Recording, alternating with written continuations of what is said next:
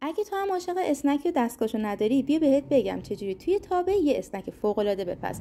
پس اول لایکش کن که بقیه آموزشامون هم ببینی. برای پخت اسنک توی تابه فقط کافیه یه تابه با هر جنسی که داری رو بذاری روی حرارت ملایم. بعد طبق فیلم اسنک ها رو بذاری، بعد یه ظرف سنگین روش بذاری، کمی فشار بدید. 2-3 دقیقه بعد اسنک ها رو برگردونید و همین کار رو تکرار کنید تا اون طرفش هم برشته بشه. به همین راحتی و خوشمزگی.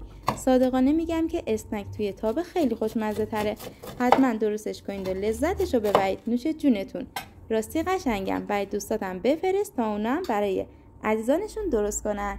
نوش جونشون. برای مواد میانی اسنک شما میتونید از هر موادی، حالا کم و زیادش هم دست خودتون استفاده کنید. من قاش رو خورد کردم و روی حرارت گذاشتم تا کمی بپزه.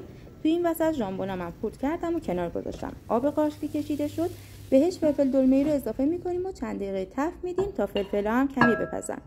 قارچ و فلفل دلمه‌ای که از داغی افتاد به ژامبونا اضافه میشه. نمک، پودر بیبر، آویشن و پنیر پیتزا. نکته مهم اینه که مواد باید خنک باشه تا پنیر توی این مرحله آب نشه. خب مواد میانی آماده است. وقتی دستگاه ساندویچ ساز رو بزنیم به برق 2 تا چراغ داره که روشن میشه. چراغ سبز نشونه اینه که میتونیم همون لحظه ساندویچ رو بذاریم داخل دستگاه. دستگاه رو آروم آروم درش رو میبندیم تا چراغ قرمز خاموش بشه. به طور معمول بین 3 تا 5 دقیقه زمان میبره. از پنیر ورقه‌ای هم برای خوشمزه تر شدنش میتونید استفاده کنید. نوش جونتون.